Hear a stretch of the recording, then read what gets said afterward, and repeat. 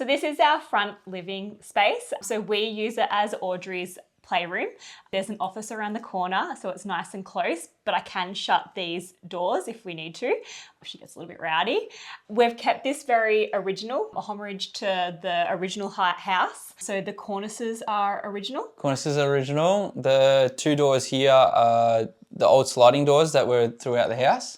So we married those up, made them into swing doors and then left them. We've even left like the little details that were the sliding part. So you do know there's still sliders, which is pretty cool. We've also done the central light fitting, which was, again, homage to that sort of era. This was a pretty cool find. So this is a discontinued model from Marset. So they were on a run out, so we were able to get one of these. This is almost a $4,000 fitting, which is pretty cool. It's beautiful.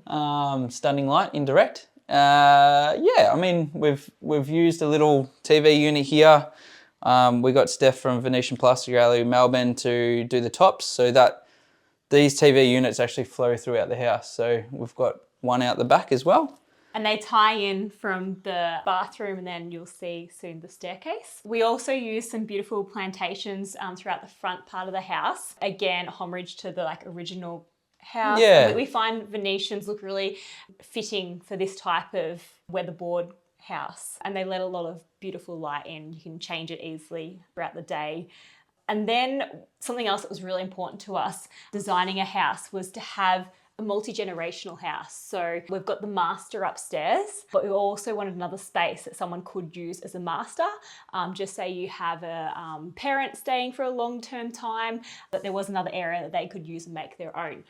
So this you can actually turn into a bedroom. You'd obviously have to remove the TV unit. You can leave the TV unit. You can leave the TV unit. Yeah, we just shut this door, that locks in, and then we've got our 2 power points that you can fit a queen size bed. Yep. And then it flows into the Robe, or Audrey's toy store, which it is currently set up, but that's a walk-through robe, and then that goes into a shower room that sort of comes into a toilet as well. Go have a look? Yeah. So we use the same cabinetry again. It's a very simple space, but it works effectively. It's absolutely full of my daughter's toys. So we can keep the chaos under wraps. So it looks beautiful out here, but it's chaos in the cupboards. Something that I found is really important is to have doors on walk-ins. As much as you try to keep them clean and organised, life gets the better of you and they become disorganised. So I think having maybe some space that's open is nice, but in general having them... Nah, clutter away. Put those doors on them. When you get visitors, you just want to piff everything in. Yes.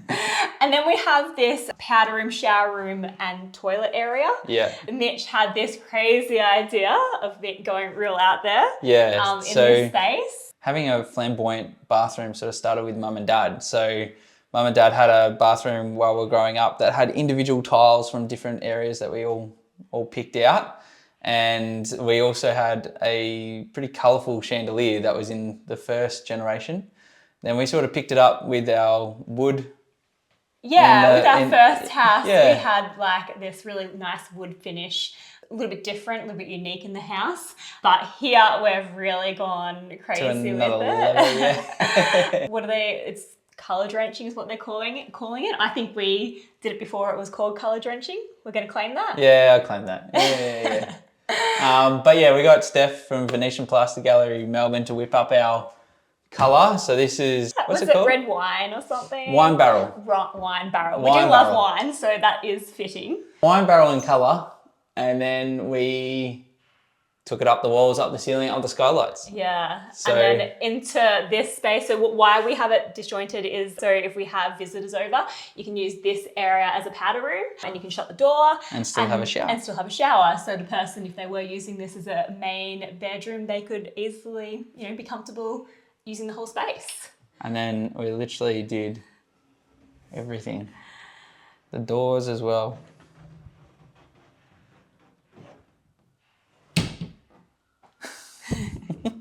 Knock, knock. Hello. Hello. Mitch even made me paint these little bits down here. The headers. The headers. I got this transition between the white and the I get all the really fun jobs, the fiddly ones. All I can say is it looks good in the end. The ones that Mitch doesn't have the patience for. Yeah. And we have a different type of stone here, same supplier. And it's just a really beautiful stone that picks up the colour of the Venetian. Really plays really well. And then we used Nudeco sink in the same sort of ready colour. Then we've got the Zeta in a 48. So this is a new range from Zeta. So this is actually one of the first projects that Zeta had 48 on. So this is the Zeta 48. It's pretty new to market. It's actually a 48mm hole in the stone. So that's just the power point. It's pretty cool when you've got something plugged in, you can't actually see it. It's so refined and so sleek. Yeah, it's a game changer. I mean, no one else is doing it. So it's pretty cool. But this is in the carbon finish, which is a metal finish on the exterior that marries up really nicely with the tapware. It almost matches perfectly. You would have thought that we bought it together. I reckon they might have collaborated together. I don't mind. And then, we've got our Nudeco sinks here. So we've got one here and one there to sort of marry up. They both sit on that stone. One's a pedestal and then one's just this basin on top. So yeah. They work really well. They do. So come into our powder room. The famous powder room, the red powder room. So when you shut the doors, it is completely red. I wouldn't call it red. It's kind of like a dusty red. Beautiful colour. It's really earthy. But Mitch, being Mitch, couldn't have a white toilet in here. He was like, what colour are we gonna do it? So you convinced. I rang Steph and I was like, Steph, can we do the toilet? And he sort of ummed and ahed and he's like, I don't see why we can't. We've got the primers, we've got the equipment to do it. So let's give it a crack. So we still think it's the first toilet done in Venetian in the world. We're claiming it. So the red toilet is pretty epic. A lot of people don't like using it. Yeah, so I actually have mixed feelings about toilet. I initially was like, what are you doing, Mitch? Like, I'm going to clean this. But they were really smart about it. So we didn't actually Venetian inside. So you can't see any of the white. But when you open it, it's obviously just like a normal toilet. So it's actually fine. It's actually absolutely... It actually cleans quite well. Yeah. Like if you do a bit of a piss stain on it, it does come off quite easily. You wouldn't know, you don't clean. Nah, what do you mean? So I have to give it the tick of approval, to be honest with you. And that's saying something because, sometimes it looks unreal. It does. It looks really cool. But like you said, the hardest thing is convincing people that it's okay to use. Yeah. But yeah. A lot of people come in here and go, oh, this is too nice to do anything in.